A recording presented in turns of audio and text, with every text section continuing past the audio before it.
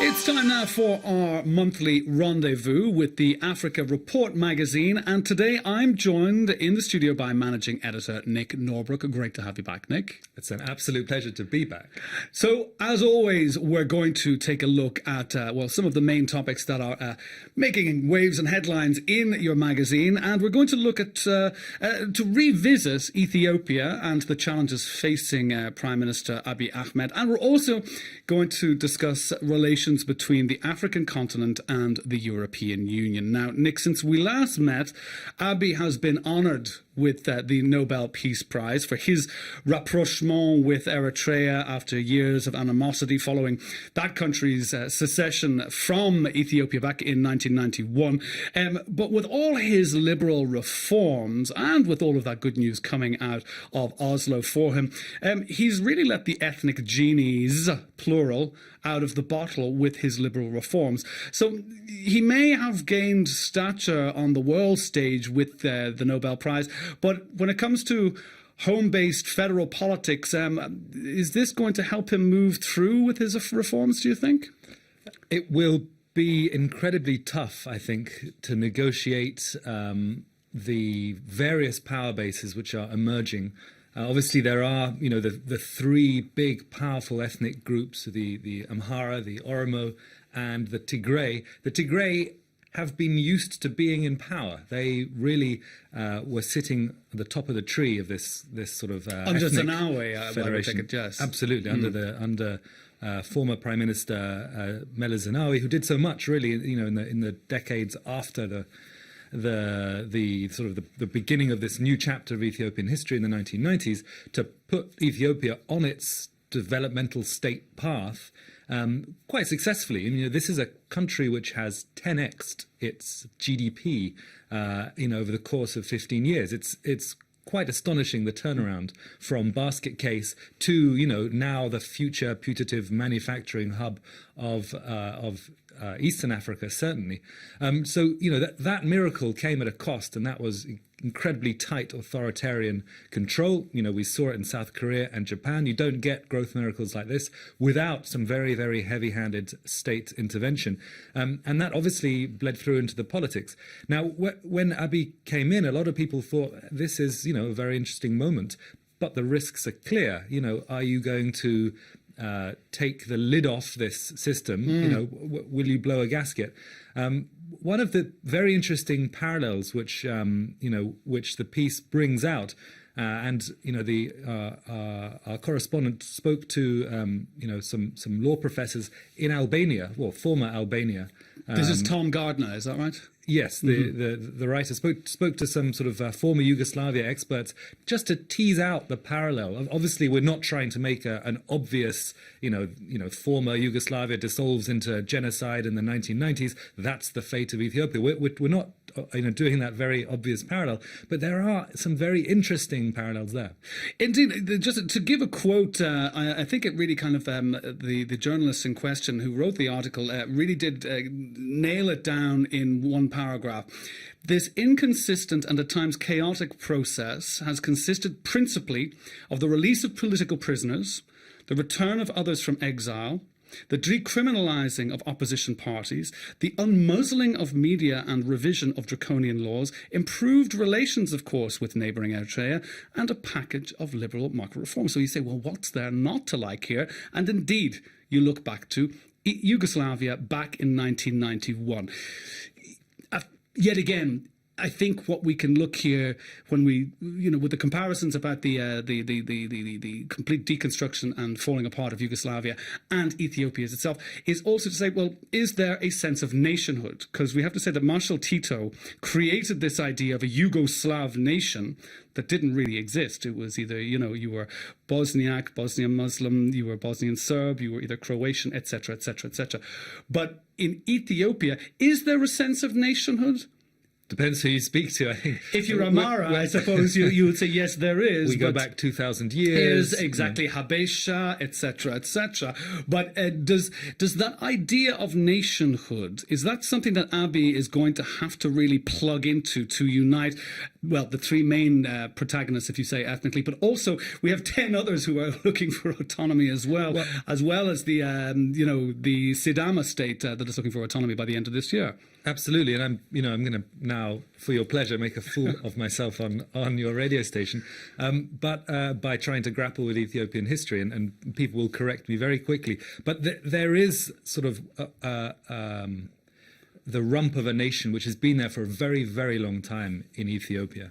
But that, the Amharic base, if you like, did go on its own colonization spree, 100 or so years ago, and they wrapped in, part of the south, really. And so Sidama was one of these areas which probably doesn't consider itself as Ethiopian in the way that an Amharic Ethiopian does. And indeed, you have the Sidama nationalists. It's interesting to hear this rhetoric, like Milian Tumato, who is the leader of the Sidama liberation movement, making all these claims about statehood is a means to escape the yoke of colonialism. Now, of course, you speak to any Common Garden Ethiopian, they were always very proud of the fact that they were never colonized. But of course, when we're talking about colonialism here, we're looking at the Amara colonial attitude, if you will. Absolutely, and we're just to take it to our favourite subject of Brexit. The original sin of the English was the colonisation of Ireland 800 years ago or so. And I make myself a fool of myself talking about Irish history, but that is coming home to bite. Absolutely, the UK at the moment, and the creation of the two states, exactly the two-state solution between the north and the south of Ireland. Indeed, 100 years on, almost to the year, it's definitely coming back to bite the backside of the people in Westminster and elsewhere. But now let's just look at the problem facing Abiy, just to kind of wrap up on our Ethiopia kind of revisit now since he got the Nobel Prize. The Tigray, who were always around the table under Meles Zenawi, maybe lesser so under Haile Mariam, but still always at the table over the last 15 years, if 20 years. There's also rumblings in the southern regions down in the Ogaden as well that were more on board, if you will, with Abiy up until now.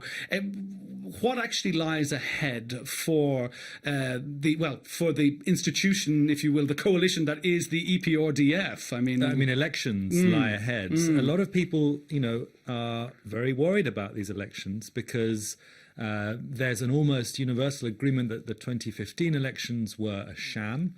No one really knows what's going to happen. Is Abiy going to manage to put together a new national party? So for listeners who don't know Ethiopia, what is currently in place is essentially a one-party state, but within it there are regional ethnic parties which form a federation, and he wants to explode that system, create one national party, which would probably take elements from all of those individual, the Amharic, the Oromo, the Tigray parts of this big federal model. But then within those regions, there are nationalist parties which will probably, create political parties and give it a run to try and control regions, which obviously could lead to a lot of friction. Now, there was a coup attempt, we're told, within by the government, months, in June, and that was partly because the central government was trying to clip the wings of the nascent security forces controlled by a regional government. That gives you some of the flavour of what could lie ahead. So this is a big risk for Abiy at the moment to trying to, it may be further down the line, he may want to consolidate and make a national party that will obviously dissolve, if you will, ethnic identity politics in Ethiopia. But again, to create such a behemoth that will no longer be a coalition but an actual national party, that is a big risk for him. It is a big risk, but it's also a risk not to have elections, because if he were to push that back, people might start asking, is this just always the old authoritarian project, but with some nicely painted windows out front and some new curtains? Mm-hmm. Okay, well, moving away from the federal conundrum that Abiy Ahmed does face in his own country, we're going to look at, let's just say two other blocs. That's the EU and Africa, African Union, but Africa as a whole. And this is the relations between, they are neighbouring continents. I mean, we've got Europe to the north, obviously Africa to the south. And in your article, which is the first in a 5-part series on relations between the two continents, and I quote, "Relations are in a funk over China, trade, and post-Cotonou 2020." Now, indeed, I will start with a quote here. It says, "A new team is taking over at the European Commission." We all know that. That's on the 1st of November. But there are few signs it will lead to a major shift in how Brussels works with Africa. Okay, that's a very nice opening salvo for that series. But first, Nick, I have to ask you, have EU-African affairs been equally as disrupted by Brexit as internal EU affairs over the past 3 years? I mean, Brexit has parasited almost every conversation that I've had over the last indeed over the last 24 months. So I doubt it's any exception, especially in Brussels, where these things are complicated because on the 21st of January next year, the UK, if it has left, probably even if it hasn't, but it's holding a UK-Africa summit because it is now, it'll have its own foreign policy, its own need and desire to court African countries and companies. So you have within the EU, even at its best federal moment, competition really between individual states for markets in Africa. The French obviously have countries and companies they're interested in wooing, but the German and the Spanish and the Italians, they've all got their interests too. So it makes this sort of federal level, we're talking about the complications in Ethiopia. It's triply as complicated in Brussels. How you unpick all those individual national interests from, what the EU deal might be. They want to strike deals on trade, with Africa as a bloc. What happened is, and Brexit is certainly part of the conversation, but China is a much bigger part of the conversation. What happened in September last year, the outgoing president, Jean-Claude Juncker, had his last State of the Union speech, and in it he started talking about a partnership of equals between Africa, the African Union, and the European Union. But interestingly enough, that language was only added to his speech at the very last minute, and it was because a few weeks earlier Beijing had promised $60 billion in aid at a meeting of Africa-China in Beijing. Well, isn't that kind of indicative of, just the resting on the laurels of the European Union? I mean, you can say that, the Commission President, Jean-Claude Juncker, he was very slow off the mark when really kind of dealing with Africa or trying to understand Africa, but he did get a wake-up call when he saw the scope of China's influence on the continent. So can one actually just say that now with the new administration that will be coming in November, this is less about doing transcontinental trade and more just about keeping China at bay? I mean, with all these things, there is the unitary actor fallacy, and I apologise for that jargon, but the EU is a multi-headed beast, and at one level, yes, certainly, the fact that China has now eclipsed the European Union as Africa's preferred trade partner has certainly rung alarm bells in Washington as well as Brussels, really. But then, at many other levels, the European Union is asleep at the wheel. You have various components who are all arguing over who should run Africa policy. So you have, one part, the external action part of the EU Commission, which is more about diplomacy, which wants to have a big strategic partnership, and then another part. Which another department in Brussels wants to treat it more in the kind of the old, aid recipient client type relationship. And it had been mooted, or at least people had been whispering in the corridors of power in Brussels. There was speculation about the creation of a commissioner's post, an EU commissioner's post for Africa, but that didn't materialise. Indeed, because of the certain infighting, because of the certain ways or strategies that people wanted to maintain or basically, or develop, or not, if you will, the relationship with Africa. However, has there been any reaction from, I don't know, the African Union to the fact that this commissioner's post hasn't been created? Do people on the African continent, let's just say in Addis Ababa, for example, do they feel let down that there isn't a more direct EU commissioner's post that they'll be able to directly deal with?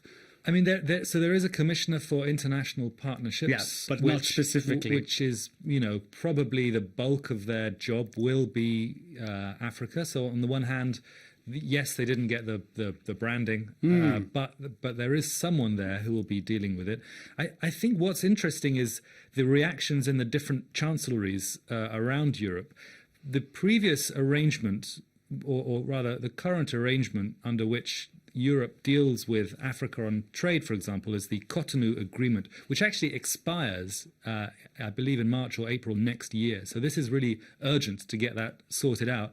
And with this Juncker announcement about partnership of equals, that could be sidelined, and there would be more block-to-block negotiations. And in that case, the AU would be absolutely dragged into a frontline post. But what's interesting is France is fighting against that. They much prefer the ACP grouping where the opposing people around the table are very fragmented, and Europe and often French commissioners can argue the case about press gang them, basically. Yeah, exactly. Whereas suddenly, if you had a unified African Union across the other side of the negotiating table, things would be much harder for French interests. And can you give us an actual recap about what the African, Caribbean and Pacific community actually is? What has it achieved till now? And now in 2020, once that agreement comes to an end, what will it be replaced with, do you think? I mean, okay, you're saying that the different blocks are vying for different things, but how is it now going to be moved forward? What has it achieved till now, and what does it hope to achieve in the next 5 years, say? Well, it sort of tries to offer a package of a trade policy which gives certain allowances for products from African, Caribbean and Pacific countries into Europe, for example, and it also governs the openness of those countries to trade coming in the other direction. Now, if it continues, and they argue a little bit like at the WTO, you get discussions about what tariffs are applicable, etc. Those arguments happen in that forum, and what happens next, no one really knows. The bookies' money is on an extension being signed, a 1-year extension. But as someone quoted in the piece says, if that does get agreed, then the sort of continent to continent thing looks less likely. Which, I mean, just purely personal, not speaking for the Africa report, but I think that would be a shame, given that there has been in the last year this real strong movement, never seen before really, this sort of political understanding between heads of state in Africa that they do want to create this African free trade zone, and they do want to create a common external tariff. We're talking a lot about what is a nation in the previous part of this conversation about Ethiopia. If you look at, and again, this is me rather than the Africa report speaking. If you look at what nations in Africa are, they're kind of Frankenstein's monster of colonial era red lines on a map. In fact, you can see the straightness of those lines as they were carved up in 1884. And in West Africa, you have multiple proto-nations which are divided by these red lines going north-south, and these sort of proto-nations stretched out east-west. And maybe the future of the continent would be better served by dissolving these Frankenstein nations, and perhaps this free trade area, common external tariff, may be one way of moving towards that. But I'm very conscious that people will call me an optimist. Well, indeed, hope springs eternal. But thank you very much for your insight, Nick Norbrook, managing editor of the Africa Report magazine. A pleasure, as always, to have you on the programme. Thank you.